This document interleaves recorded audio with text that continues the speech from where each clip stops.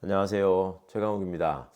커뮤니티에 예고를 해드렸는데요. 오늘 제가 우리 아들 데리고 서울의 봄을 보고 왔습니다. 아시는 것처럼 제가 애가 많잖아요. 우리 넷 중에 셋째 애가 아들인데 작년에 전역을 했어요. 작년 10월에 공병대대 운전병으로 있다가 전역을 했는데 그 서울의 봄 같이 가서 볼래 했더니 뭐 가고 싶다고 해서 다녀와가지고 이제 뭐 궁금한 게 있는지 사실은 영화를 보는 와중에도 여러 가지 생각들이 많이 나시잖아요. 저는 정말 여러 가지 그 한숨과 분노와 울분과 슬픔을 안고 영화를 봤는데 어떻게들 보셨는지 모르겠습니다. 혹시라도 이제 이 영화를 아직도 보시지 않은 분들께는 이게 스포일러가 될 수 있어서 좀 조심스럽긴 합니다만은 그래도 이 영화를 이제 이미 많이 본 분들이 계시고 또 앞으로도 여러 가지 의미와 또 파장과 또 많은 분들이 영화를 보면서 자연스럽게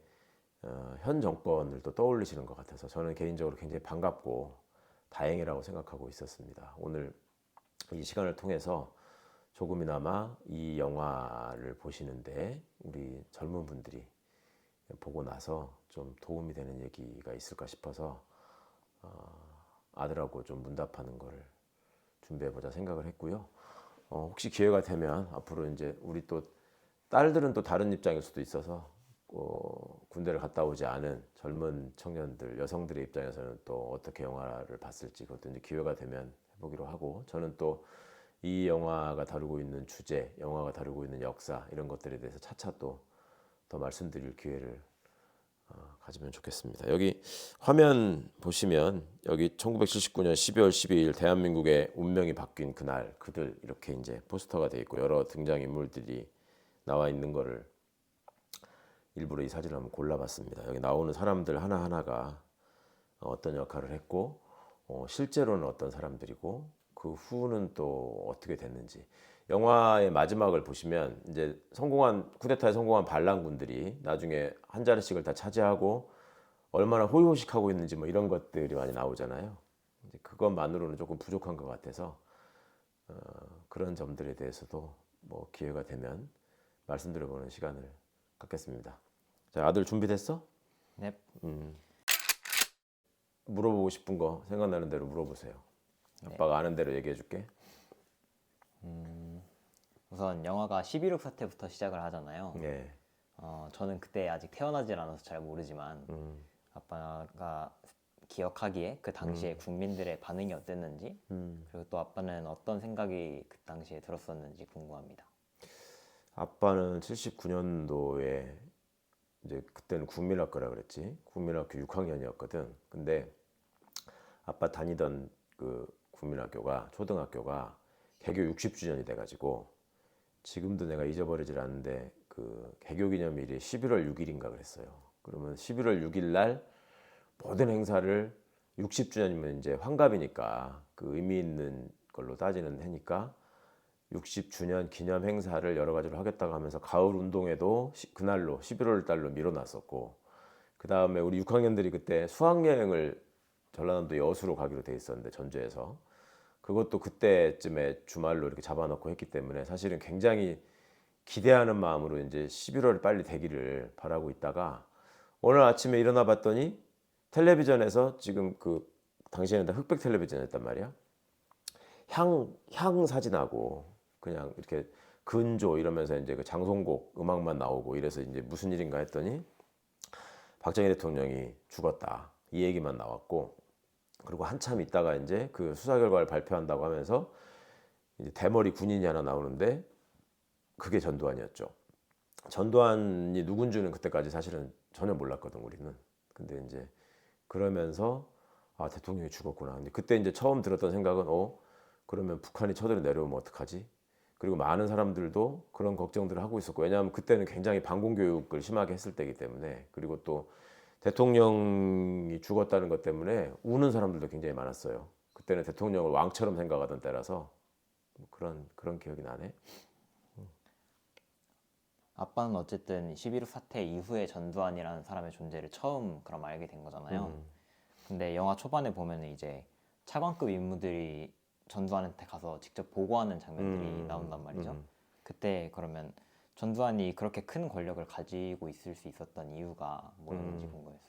그 당시에 전두환이 보안사령관이었고 보안사령관이 개헌법에 의해서 합동수사본부장이 돼요, 자동으로. 이게 개헌법에 지금도 그렇게 하는 걸로 남아 있거든. 그래서 아빠가 이거를 바꿔야 된다라는 얘기를 그 전부터 했고 해왔었는데 아직도 안 바뀐 걸로 알고 있어요. 이거는 조금 더 확인을 해보겠지만 하여튼 계엄이라고 하는 것은 군인들이 행정의 공백을 채우는 역할을 하는 거라서 거기서 이제 육군 참모총장이 계엄 사령관이 되고 그러면 그 사람이 사실상 평시 같으면 총리 같은 역할을 하는 거야. 대통령이 있고 계엄 사령관이 있고 거기에 이제 보안사령관이 합동수사본부장이 된다는 거는 수사기관인 그 당시에 중앙정보부, 그 다음에 검찰, 경찰 뭐 이런 것들을 다 지휘할 수 있는 자리에 가 있게 되고 그래서 이제 당시에 또 중앙정보부장이던 김재규 씨가 박정희한테 총을 쐈다는 것 때문에 중앙정보부가 마비 상태였기 때문에 이 사람이 이제 사실상 실제적인 그 정보 그다음에 수사 이런 거에 관한 막강한 권한을 다 한 손에 쥐고 있었던 거지. 근데 왜 전두환이 그러면 그 자리에 그 당시에 있게 됐느냐 그 부분도 사실은 중요한데 영화에서 보다 보면은 전두환이가 그러니까 전두광이 그 노태우 역할을 하는 사람은 노태건이지 노태건한테 그렇게 얘기하잖아. 박정희 대통령 각하가 혁명을 했을 때 사람들이 뭐 긴가민가 하고 있을 때 내가 육사에 있을 때 다 저거를 모양을 만들어 드리지 않았냐. 그때 전두환이 소령 때 육사에서 교관으로 있었는데 5.16 쿠데타가 벌어진 직후에 육사 생도들을 서울 시내로 끌고 나와가지고 시가행진을 시켜요. 쿠데타를 지지하는. 그걸 그 공로로 이제 박정희 눈에 들어가지고 거의 박정희 양아들이라는 소리를 들을 정도로 승승장구했었고 또 군인들이 당시에 이제 굉장히 가고 싶어하던 데가 경호실에서 근무하는 거였는데 경호실이 막강한 파워기관이었기 때문에 대통령하고 가깝게 있고 경호실에 뭐 작전 차장보 이런 거를 하면서 거기서 이제 별도 달고 거기에 있다가 거기서 이제 하나 더 진급을 해서 사단장을 하고 일사단장을 했었는데 그러고 나서 또 보안사령관이 된 거거든. 그러니까 역사가 참 아이러니하게 흘려가려다 보니까 그렇게 됐고 그거를 전두환이가 이제 그 김동규라고 영화에 나오는 것 같은데 김정일 씨를 고문하는 장면이 앞에 나오지 고문실에서 그러면서 세상은 똑같아 이렇게 얘기하는 게 그게 사실은 박정희라는 시대의 독재자가 죽었지만 그 뒤를 이은 또 군사 쿠데타를 준비하는 똑같은 또 정치군인의 무리가 있었다 이런 것들을 얘기하는 거라서 굉장히 쓰라린 장면이지 아빠한테는. 영화 내에서 그러면 보안사라는 조직이 굉장히 자주 그리고 중요하게 등장을 하는데 보안사라는 조직이 어떤 조직인지 한번 설명해 줬으면 좋겠어. 보안사는 정식 명칭이 국군 보안사령부인데 그 전에는 특무대라 그래서 특무대. 그래서 예전에 이승만 대통령이 독재를 할 때 제일 악질적인 군인으로 김창룡이라는 사람이 있었거든. 이게 이제 일본 놈들 밑에서 헌병 그 부사관을 했었는데 그 김창룡이가 특무대라는 걸 창설해가지고 그게 이제 군 내 정보기관이에요.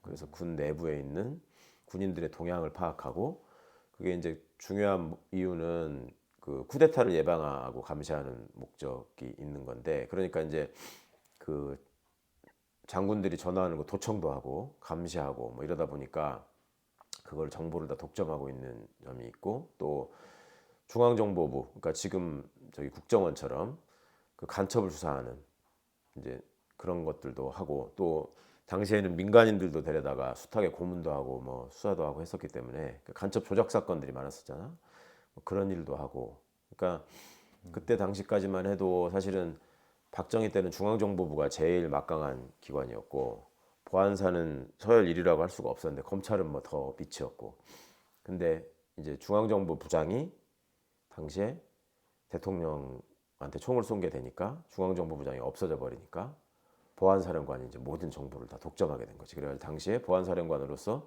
중앙정보부장도 겸직을 해요 전두환이가 사실상. 그러다 보니까 이제 모든 정보를 한순간 다 갖게 되고. 영화 내에서 영화의 스토리를 계속 끌고 나가는 게 이제 하나회라는 조직이 계속해서 영화의 스토리를 끌고 나가는데 이런 하나회가 어떻게 만들어지게 됐는지 그리고 이제는 아예 해체돼서 없어진 건지 그런 것들이 좀 궁금했어요. 하나회라는 거는 전두환이 육사 11기인데 육사 11기들이 지들 나름대로의 이 자부심이 있어요. 그러니까 육사가 만들어져서 지금은 육사가 대학교고 4년제잖아. 근데 처음부터 육사가 4년제였던 게 아니었거든.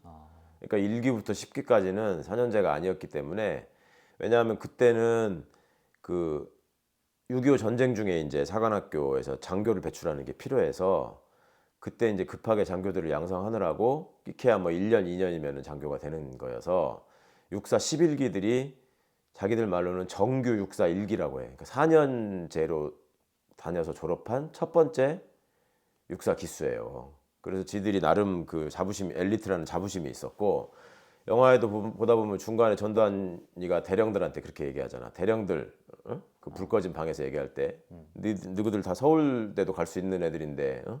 지금 이렇게 뭐 하고 있잖아. 뭐 이렇게 얘기하는 게 그냥 그 저 하는 얘기가 아니라 걔들 나름대로는 당시에 이제 대한민국이 가난했을 때 집안이 형편이 어렵고 나름 성적이 좀 있고 그럼 육사를 많이 갔었다고.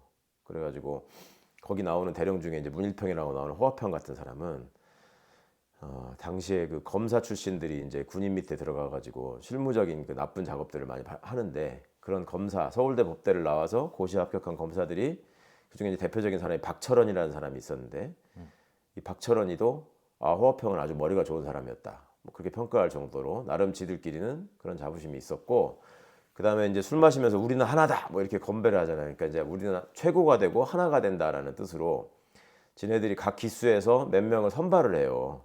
나름 이제 성적이 좀 좋고 동기들 사이에서 신망이 있다고 또 장래성이 있다고 보이는 애들을 뽑아가지고 그런 애들을 통해서 이제 군을 우리가 이끄는 사람이다. 그래가지고 이제 끌어주고 당겨주고 하면서 좋은 자리가 있거든 어디나. 그러면 그 좋은 자리를 걔들이 이제 계속 이렇게 이어받게 해서 관리를 하는 거지.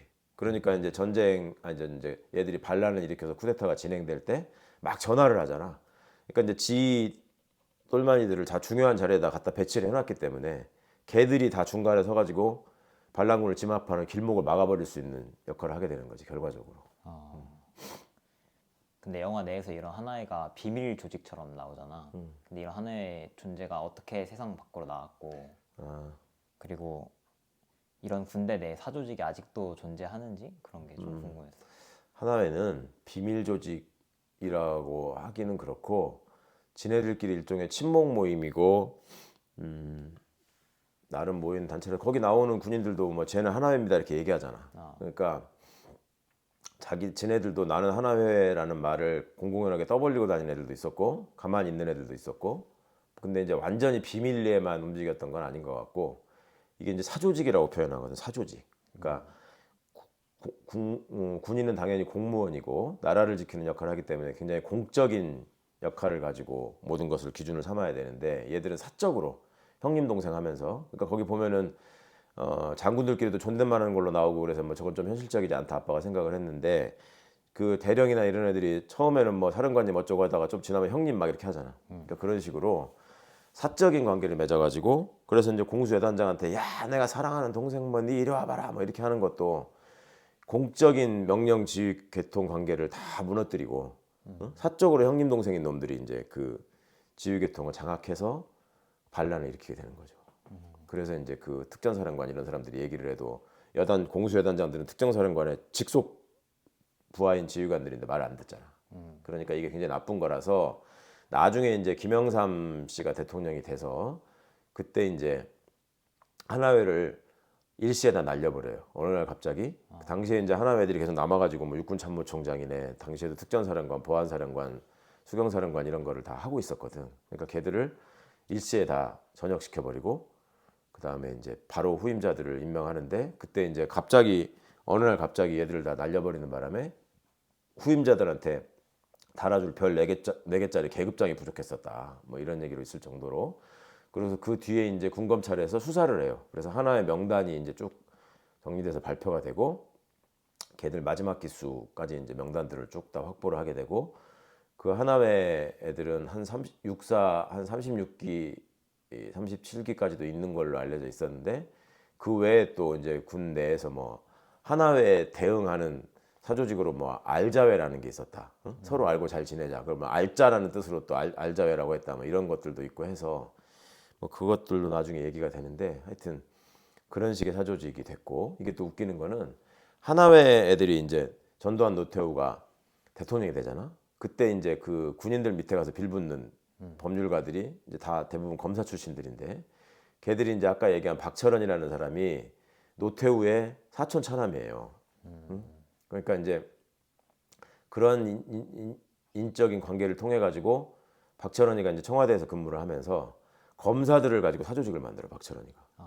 그게 이제 월계수회라는 건데 그 월계수회가 또 이제 막 발호를 하다가 그게 이제 지금 정부에서 이어지고 있는 이 검사들이 막 여기저기서 날뛰고 있는 소위 윤석열 사단이라고 하는 이런 것도 그런 거에서 이렇게 이어져 내려오는 일종의 전통, 문화 뭐이 비슷하게 지금 돼 있는 거지. 하는 짓도 비슷해요. 공적으로 해야 될 일을 사적으로 형님 동생 하는 애들이 모여서 저기 하는 것도 그렇고 모여서 술 마시면서 우리는 하나다 하는 것도 그 윤석열이랑 검사들이 윤석열 검찰총장 시절에 모여가지고 그렇게 했다는 소리가 있었거든.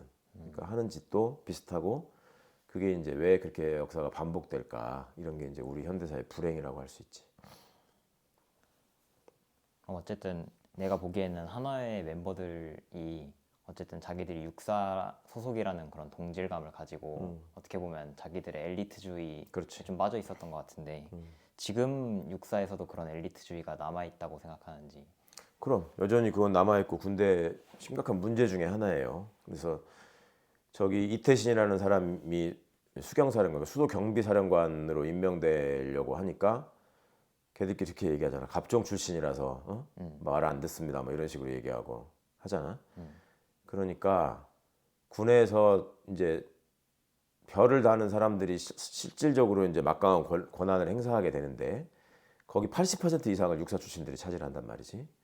근데 소위로 임관하는 장교의 비중은 육사는 끼케야 한 기수에 뭐 200명, 250명 이랬기 때문에 ROTC를 갔다 온 애들이나 학사 장교나 또 갑종 장교라고 하는 거는 예전에 이제 장교를 빨리빨리 양성하느라고 6.25 때 이제 만들어진 제도인데 그거는 이제 몇 개월만 훈련받고 장교가 되는 사람들도 있고 그랬었는데 육사가 이제 좋은 자리를 다 차지하고 이제 몇몇 자리를 구색 맞추기로 이제 그 사람들을 끼워주는 식으로 그런 식으로 이제 계속 그 진급을 시키고 보직 부여를 하고 그러니까 이제 예를 들면 그런 거예요. 뭐 사단 같은 경우에 제일 잘 나가는 중령이 있는 자리가 작전 참모거든.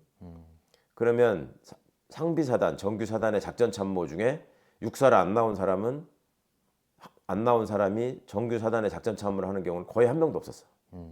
그 정도로 심각해. 그리고 사단에서 가장 굳은 일을 많이 하는 소령이 있는데 이 사람을 본부대장이라고 하는데 본부 근무대장. 그 본부대장은 사실상 집사 역할을 해요. 사단장 따까리를 하는 건데 말하자면 그 본부대장은 또 육사 나온 애들이 하는 경우가 전혀 없어. 그런 식으로 육사 나름의 일종의 순혈주의, 귀족주의 이런 것들이 여전히 남아 있고 그러다 보니까 이제 좀 민주적인 정부가 만들어지면 육사 독식을 어떻게든지 좀 이제 조정해 보려는 그런 시도를 계속하고 상대적으로 이제 비민주적인 정권이 들어서면 육사 출신으로 모든 거를 다 이렇게 채워버리려는 그런 것들이 자꾸 반복되지. 그럼 여기 영화 내에서 이제 육사랑 한화에 좀 반대하는 세력으로 아까 말했던 갑종장교 출신 이태신이라는 사람이 나오는데 이 사람은 그럼 실제로 존재했던 사람이었어?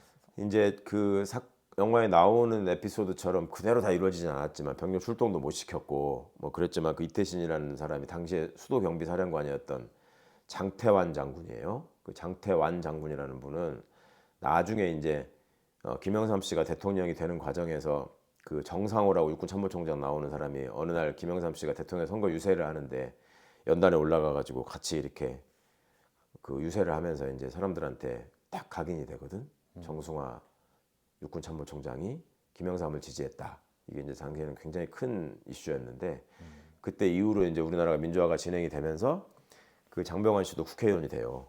근데 장병환 씨가 이제 저렇게 반란군들한테 이제 체포를 당하고 고문을 당하고 그 이후에는 이제 사실상 집에 연금되다시피 해가지고 그 영화 중에서도 보면은 뭐 공부 잘하는 아들 대학 들어가는 것도 보셔야죠 뭐 어쩌고 얘기했던 게 그 아들이 실제로 서울대를 들어간 아들이 있었는데 어느 날 갑자기 그 아들이 이제 변사체로 발견이 되고 그런 또 가슴 아픈 일이 있었고, 이분도 이제 그렇게 저기 여러 가지로 이제 반란군을 진압하지 못했다는 미안함 또 회한 이런 것 때문에 이제 많이 괴로워하다가 돌아가셨는데, 부인이 또 그 뒤에 얼마 안 있다가 또 2년 뒤에 바로 따라서 돌아가시게 되고, 그런 비극적인 일이 있었지. 그 특전사령관도 역시 실존 인물이었는데, 정병주 특전사령관이었는데, 그분도 그 나중에 이제 어떻게 아버님 산소 옆에서 뭐 이렇게 돌아가신 걸로 발견이 되고, 뭐 이런 굉장히 비극적인 일들이 거기 나오는 분들한테 다 이어지게 되고, 그 정병주 장군을 지키려다가 그 총 맞고 죽는 부관 있잖아. 그 사람이 이제 실제로 김호랑 소령이라는 사람이었는데, 그 사람은 부인이 남편 그 죽음 때문에 충격을 받고 실명을 해요. 실명을 해가지고 굉장히 이제 힘들게 사시다가 또 그분도 돌아가셨고. 그러니까 반란에 성공한 쿠데타군들은 그렇게 다 여러 가지 자리를 차지하고 그렇게 호의호식하면서 살았는데, 그때 이제 제대로 군대가 이러면 안 된다라고 생각했던 사람들은 결국은 다 비극적으로 삶을 이어나가게 되죠. 그럼 이태신 말고도 영화 속에서 반란에 끝까지 저항했던 사람들이 몇 명 더 나오잖아. 특전사령관이나 수경사령관이나 헌병감 같은 사람들도 실존했던 인물인지, 그리고 지금 그 이후에는 또 어떻게 사셨는지 그것도. 그러니까 그 아빠도 앞에서도 얘기했지만, 그 특전사령관도 실제로 정병주 장군이라는 분이 실제로 있는 분이고, 헌병감도 김진기 준장이라는 사람이 있었는데, 그분이 이제 여기 보면은, 자, 특전사령관이 이 사람이 이제 김호랑 소령이고, 그렇지? 그리고 헌병감이 누구냐? 여기 있네. 이 사람이 헌병감 김진기 장군이고, 그 다음에 특전사령관은 어디 있어? 특전사령관은 여기에 안 들어와 있네. 이 사진에는, 그렇지? 반란군 얼굴들만 잔뜩 있고, 특전사령관은 정작 여기는 여기 있구나. 이 사람이 특전사령관이었지. 이렇게. 근데 여기에서 이제 또 기억을 우리가 꼭 해야 되는데 잊어버리고 있는 사람이, 그 수방사 벙커에, 아니 육군본부 벙커에 있다가 왜 총 맞는 우리 병장. 그 병장이 그 조선대를 다니다가 군대에 간 사람이었는데, 말년 병장이라서 사실은 그 힘든 그 데서 근무를 안 해도 되는데, 자기 그 후임병들이 거기서 근무하는 게 힘들다고 자기가 거기를 자원해가지고 근무를 쓰다가, 그날 그 반란군들한테 절대로 나는 총을 뺏길 수 없다, 내려놓을 수 없다 해가지고 결국 총을 맞고 사망을 해요. 그런 사람이 사실은 가장 가슴 아픈 영웅들이지. 나는 영화를 보면서 영화 내에서 화나는 장면들이 당연히 너무 많았지만, 그 중에서 나는 그 국방부 장관이랑 차관의 무능한 점들이 또 되게 답답하고 그랬거든. 왜 그렇게 무능할 수밖에 없었는지, 그리고 대통령도 거기서 사실 굉장히 힘이 없게 나오잖아. 그래서 왜 그런 조직이 될 수밖에 없었는지가 궁금해. 국방부 장관은 당시에 실존 인물이 노재현이라는 사람인데, 그 사람 육사 나온 사람이거든.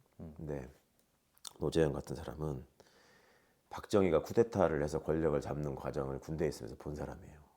그러니까 그때 박정희가 쿠데타를 일으킬 때도 당시에 민주당 정부의 당시에는 내각제였기 때문에 이제 수상이 사실상 책임자잖아, 총리가. 근데 국무총리 장면 씨가 쿠데타가 났다는 걸 알게 되자마자 수도원 담을 넘어가가지고 수도원에 숨었거든.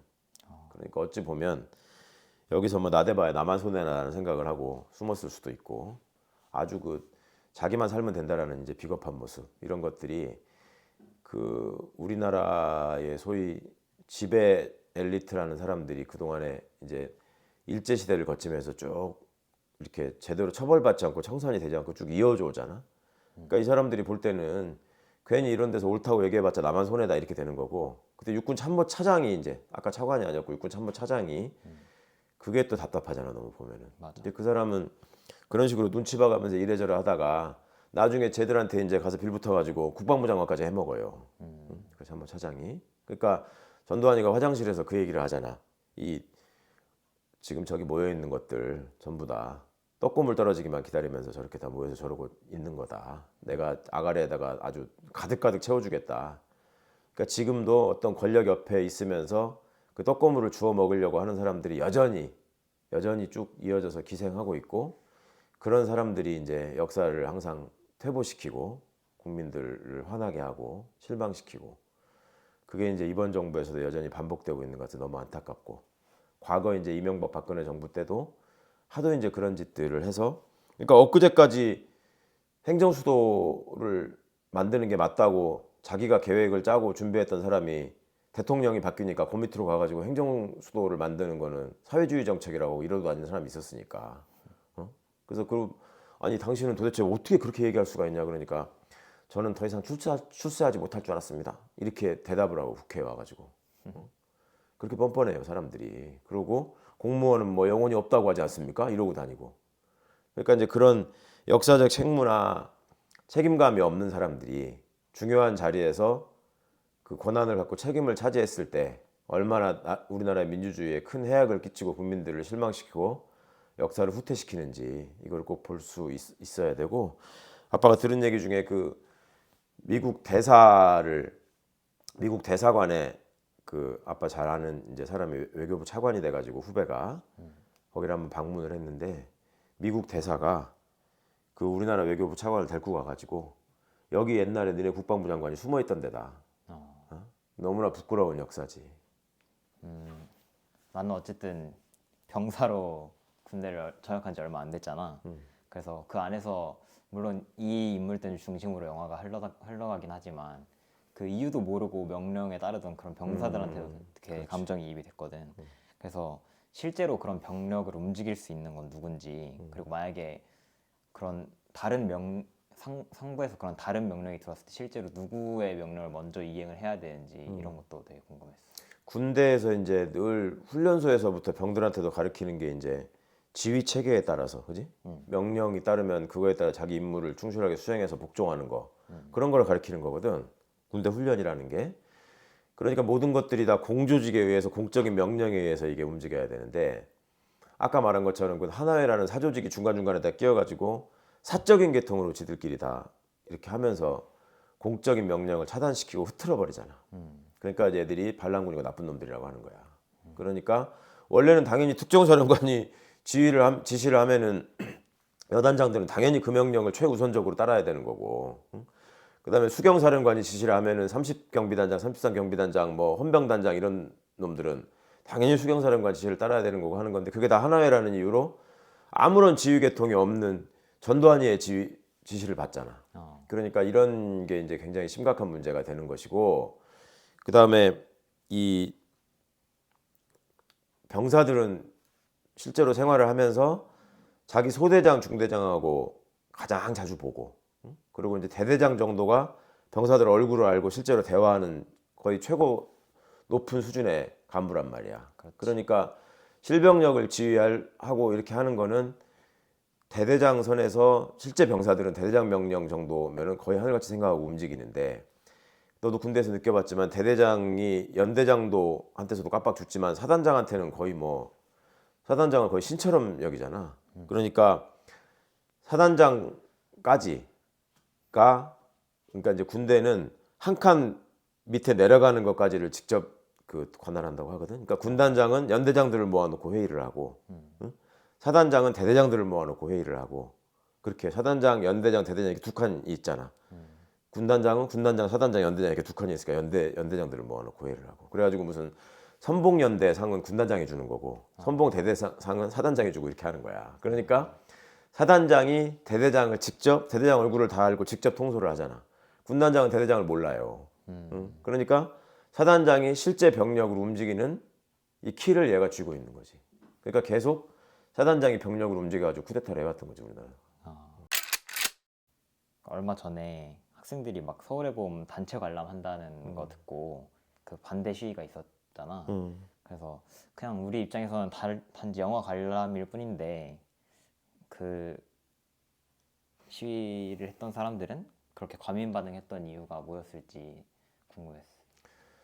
그렇지. 단체 관람을 정해놨는데도 뭐 못 가게 하자 뭐 이렇게 해가지고 그거를 포기시키고, 포항 같은 데서는 아예 교육청에서 그걸 보지 말라고 공문까지 내리고 이게 참 슬픈 일인데 역사라는 게 분명히 존재했고 그 역사 속에서 이득을 받은 사람이 있고 피해를 본 사람이 있잖아. 그리고 역사 속에서 벌어진 일이 어떤 평가를 받는가라고 하는 것들은 시간이 가면서 거의 이제 정리가 되는 거지.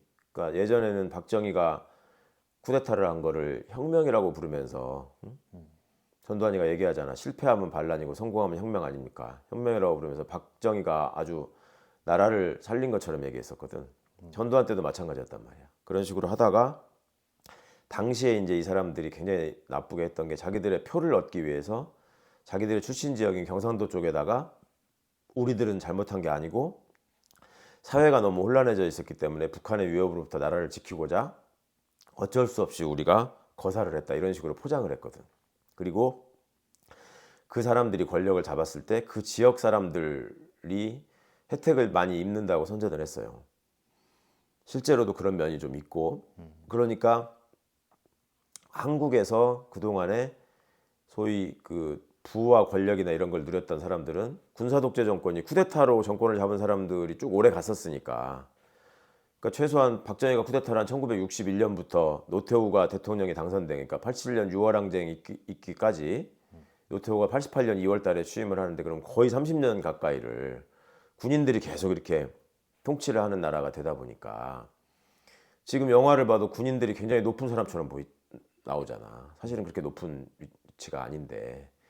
근데 그런 식의 역사를 쭉 이어오다 보니까 일제 강점기에 35년 동안 친일파로 잘 먹고 잘 사는 사람들이 우리가 뭘 잘못했냐 이런 식으로 나오듯이 응? 똑같은 식의 정서가 있어요. 그때 자기들의 그 어떻게 보면 부도덕하고 불의했던 삶을 가장하고 포장해야 될 거 아니야. 그러니까 그것이 마치 보수의 가치를 지키는 것이고 그것이 대한민국 우파의 정신인 것처럼 선전선동하고 착각하게 만드는 아주 수구 세력의 그 아빠가 보기엔 굉장히 나쁜 사람들이 있는 거지. 그러니까 이런 영화조차도 영화를 놓고 그거를 객관적으로 판단하고 감상하고 이러는 거를 넘어서서 일종의 기록 영화처럼 취급을 해가지고 사실은 한편으로는 너무 찔리는 거지. 응? 이렇게 나쁜 짓을 한 게 사람들한테 감동을 주고 영향력을 주고 또 분노를 일으키고 한다라는 게 두려운 거겠지. 그럼 아빠가 생각하기에 이 영화에 나오는 등장인물 중에서 제일 악역이라고 생각되는 인물은 누구예요? 아니 이제 이 사람들이 실제로 살아가는 나중의 모습을 보면 얼마나 나쁜 짓을 하면서 사는지를 이제 알 수가 있는데 그 이공수라고 공수 여단 출동시키는 사람 있지. 그 사람이 박희도라는 사람인데 실제로는 그게 이제 그 나중에 육군 참모총장까지 해요. 결국 올라가가지고 근데 박희도도 참 아름답지 못한 삶을 살았고 그다음에 여기 보면은 이 사람 나오잖아. 여기 이제 그 별 3개 달고 거기 모여 있는 데서 왜 자꾸 여기 붙었다 저기 붙었다 불안해하다가 뭐 나중에는 어쩌고 하는 사람 이 사람이 이제 황영시였던 것 같은데 이 황영시라는 사람은 나중에 감사원장이 돼요. 감사원장까지 되는데 감사원장이 돼서 얼마나 어이없는 일을 했냐면 내가 나중에 감사원에 근무했던 사람들한테 들었는데 감사원에 감사관들이 나가서 감사를 했는데 옛날에는 이제 공공기관장 이런 것들을 군인 출신들이 많이 했단 말이야. 그쪽에서 뭘 잘못한다고 이제 감사 결과를 가져오니까 자기가 기분 나쁘다고 거기 감사해온 감사관들은 물론이고 전체 감사원의 감사관들을 다 감사원 마당에 집합을 시킨 다음에 거기서 엎드려 뻗쳐를 시키고 머리박아를 시키고 거기서 몽둥이로 때렸다는 거야 공무원들을.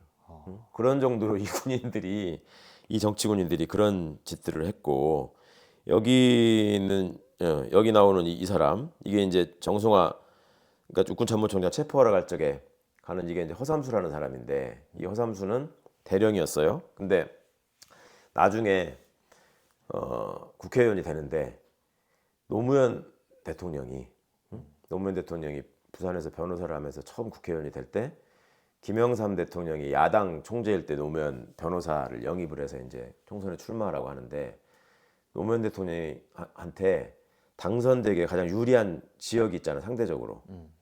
이제 그런 지역에 출마를 하라 그래. 그러니까 노무현 대통령이 나는 글로 안 나갑니다.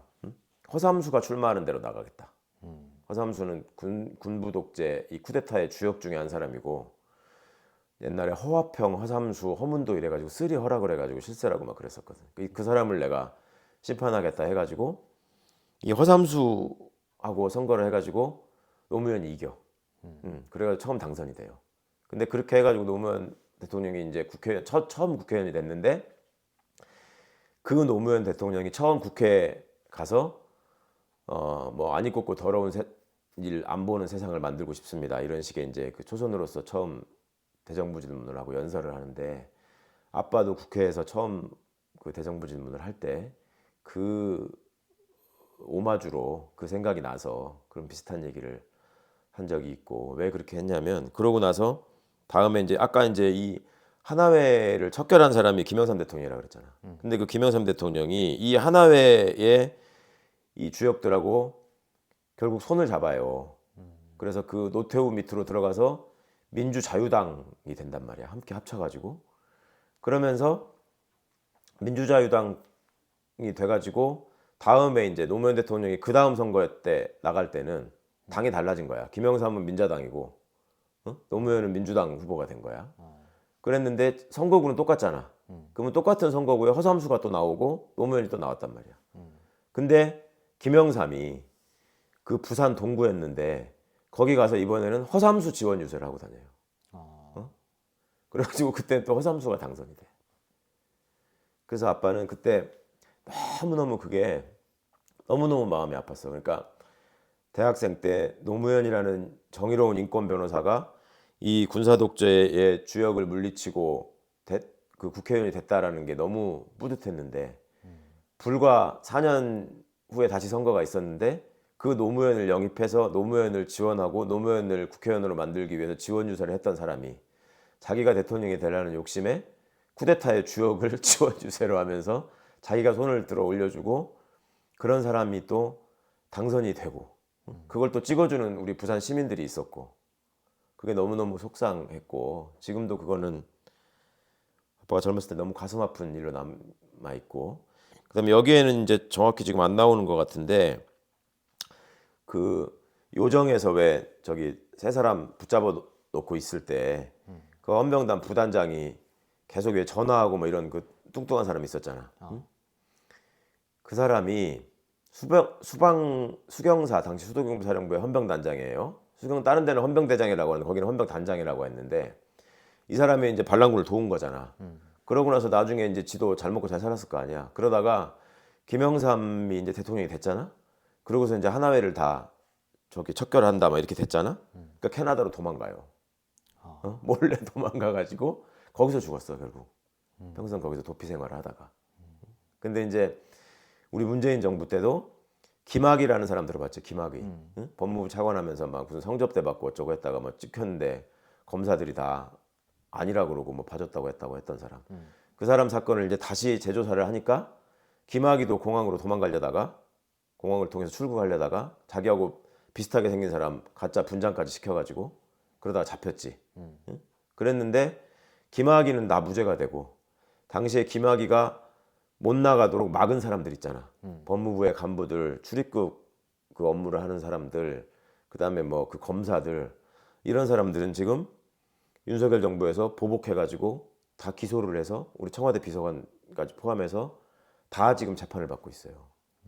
그러니까 이런 식의 더러운 역사가 계속 어찌 보면 이렇게 반복되고 되살아나고 있기 때문에 이 영화를 보는 분들이 그냥 1980년부터 있었던 그 79년 말에 있었던 군인들의 반란을 보면서 지금 벌써 몇 년이 흘러서 40년이 넘게 흘렀잖아. 근데 지금 상황에서 자꾸 머리에 떠오르는 사람들이 있는 거야. 얘들이 움직이는 모습이나 그 다음에 얘들이 살아가는 모습, 그 다음에 형 동생 하면서 공적인 임무를 사적으로 이렇게 농단하는 모습, 그 다음에 술 먹고 모여가지고 지들끼리 좋다고 막 이렇게 하는 모습 이런 것들이 지금 이제 지금은 군사 독재 정권이 아니고 검사 독재 정권 혹은 검찰 독재 정권이라 하고 예전에 이제 이런 짓을 했던 하나회 출신 군인들을 정치 군인이라고 했는데 지금은 이제 정치 검사들이 다 정권을 장악했다고 하고 그러니까 이제 영화 앞에 보면은 정치군인 전두환이 부안사령관이 되니까 차관들이 사실은 부안사령관보다 훨씬 높은 사람들인데 거기 가가지고 그 쭉 좁게 붙어 앉아가지고 벌떡 일어서서 보고하고 막 이러잖아. 그러니까 이런 일들이 원래 헌법에 보면은 문민 통제의 원칙이 있기 때문에 군인들은 반드시 국민이 뽑은 민간 지도자에게 복종하도록 돼 있단 말이야. 근데 그때는 군인들이 세상이니까 군인들이 진의 선배가 대통령이니까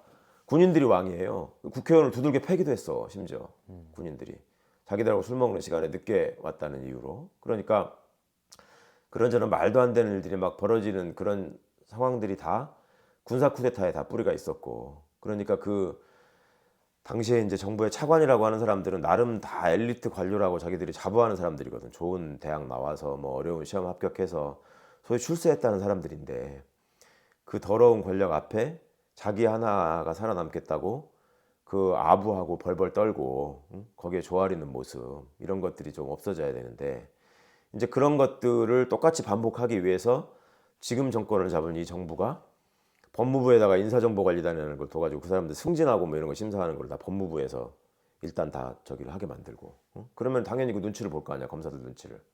그리고 각 기관에다가 다 검사들을 파견해가지고 거기서 다 걔네들 눈치를 보게 만들고, 이런 식으로 이 군부 쿠데타 정권들이 했던 일을 거의 비슷하게 반복하고 있기 때문에, 그래서 아빠가 예전에 국회에서 뭐 질의를 하고 이럴 때도 하나회 때도 너희들 같이는 안 했다. 응? 이렇게 모든 자리를 온데 가가지고 차지하고 이렇게는 안 했다라는 말을 했던 거라고. 마지막으로 이 영화 제목이 서울의 봄이잖아요. 그래서 왜 영화 제목이 서울의 봄인지 그 의미가 되게 궁금했어요. 그렇지. 서울의 봄이라는 말이 아빠 기억에는 외국 언론사들이 아마 붙여준 이름이라고 생각이 드는데, 시대의 독재자가, 박정희라는 독재자가 18년 동안 권력을 휘두르던 사람이 죽고 부하의 총에 맞아 죽고, 그 총을 쏜 사람이 박정희 고향 후배야. 육사 동기고. 그렇게 되고 이제 한국에 민주화의 기운이 막 이렇게 샘솟을 때 외국 언론들이 한국에도 드디어 민주화의 봄이 오나 보다, 민주화의 시대가 오나 보다. 그리고 이제 그 박정희가 죽고 나서 많은 사람들이 이제 그 제대로 된 어떤 경쟁을 통해서 국민들이 직접 뽑는 대통령을 갖게 되겠구나 이렇게 기대를 했는데, 그런 것들이 이제 무참히 짓밟히게 되는 과정이 이제 이 12.12 쿠데타부터 시작이 되는 거거든. 그리고 1980년 5월이 되면은 광주에 가서 그렇게 이제 수많은 시민들을 학살을 하고, 그러면서 이제 전두환이가 대통령이 되고 이런 과정이 이어지는데, 고 이제 5월 달까지 80년 5월 이전까지를 서울의 봄이라고 했어요. 그래서 그때는 대학생들이 막 민주화를 외치면서, 민주주의를 외치면서 서울 시내로 이렇게 쫙 몰려 나오고 서울역 광장을 가득 메우고 이제 집회를 하고. 근데 이제 그 사람들이 중간에 이렇게 뒤로 돌아가고 했던 게 뭐 서울역 해군이라는 유명한 사건도 있고 한데, 어쨌거나 민주주의, 그러니까 이제 그 군부 독재 정권 뭐 이럴 때를 동토의 왕국이라고 표현하거든. 동토의 왕국에 대비되는 말로 서울의 봄이 왔다, 민주주의가 이제 숨쉬는 때가 왔다, 이렇게 이제 붙였단 말인데, 결국 이렇게 서울의 봄이 다시 한번 짓밟히는 결과가 된 거고, 지금도 이제 우리가 이제 오늘 어제부터 이제 갑자기 이렇게 추워진 날씨들을 겪게 되는데, 빨리 이제 우리도 다시 한번 이 제대로 된 서울의 봄을 만나야 되고 우리가 이루어야 되고, 이제는 다시는 봄을 뺏기지 말아야 된다, 이런 생각들을 영화를 보시는 분들이 자연스럽게 많이 하시는 것 같고, 또 그렇게 하게 되지 않을까, 또 그렇게 꼭 그렇게 됐으면 좋겠다, 그런 생각이 드네. 그러니까 이제 청년들도 이런 영화를 그냥 단순히, 물론 이제 구성도 너무 탄탄하고 연기들도 다 배우들도 잘하고 그래서 그 몰입해서 볼 수 있는 영화지만, 이 영화에 등장하는 한 사람 한 사람들이 나중에 실존 인물과 매치돼서 어떤 인생을 살았는가, 그리고 그 사람들이 우리나라에 무엇을 남겼는가, 이런 것들을 꼭 한번 기억해보고, 그래서 앞으로 우리나라가 어떤 사람들이 이끌어가는 나라가 돼야지 제대로 된 나라가 될까, 이런 생각을 꼭 좀 같이 해봤으면 좋겠다. 그리고 아빠는 그 영화를 보면서 되게 감동적이었던 장면이 두 군데였는데, 그 특전사령관 부관이 사령관님 혼자 있으면 심심하시지 않겠습니까 하면서 이제 그 같이 있는 모습, 그 다음에 이태신 장군이 이제 부인한테 마지막 전화를 하고 그 목도리를 하고 나오는 모습, 이런 것들이 얼마나 많은 사람들이 그 어렵고 혼란한 시대에 사실은 자기 가족이 제일 우선인데도 불구하고, 자기 목숨이 제일 우선인데도 불구하고 그래도 올바른 삶을 살려고 했던 사람들이 있었다는 거, 그런 분들이 있기 때문에 그래도 우리나라가 이렇게 지켜지고 민주주의가 그래도 조금씩이라도 계속 발전한다는 거, 그런 것들을 꼭 잊지 않았으면 좋겠다. 그렇게 하고, 그런 의미에서 이제 이 영화가 아빠한테는 되게 늦게 봤지만 여러 가지 의미를 준 영화였고, 앞으로도 이거하고 이제 관련된 얘기를 또 많이 하고 싶고 그러네. 너도 재밌게 봤어? 완전 재밌었어. 그래. 아들과의 얘기가 어떻게 들리셨는지 모르겠습니다. 이제 그 아직 어린 청년들의 입장에서는 너무너무 낯설 얘기가 될 수 있겠습니다만은, 그래도 우리 세대보다 훨씬 더 넓은 견문을 가지고 훨씬 더 밝은 눈을 가지고 우리 청년들이 앞으로 우리나라를, 그리고 우리가 사는 세상을 좀 더 나은 곳으로, 밝고 희망찬 곳으로 만들어주기를 바라는 마음입니다. 하여튼 이 영상을 통해서 우리들이 생각하고 있는 그 여러 가지 마음들, 감동들, 이런 것들이 꼭 오래오래 기억되고, 또 이것을 내내 잊지 않고 반란을 통해서, 부정한 방법을 통해서 권력을 탈취한 자들은 반드시 역사적으로 응징하게 되고 우리가 끝까지 기억하고 절대 용서하지 않는다. 이런 것을 꼭 좀 함께 나누고 간직했으면 좋겠습니다. 이상으로 마치겠습니다. 감사합니다.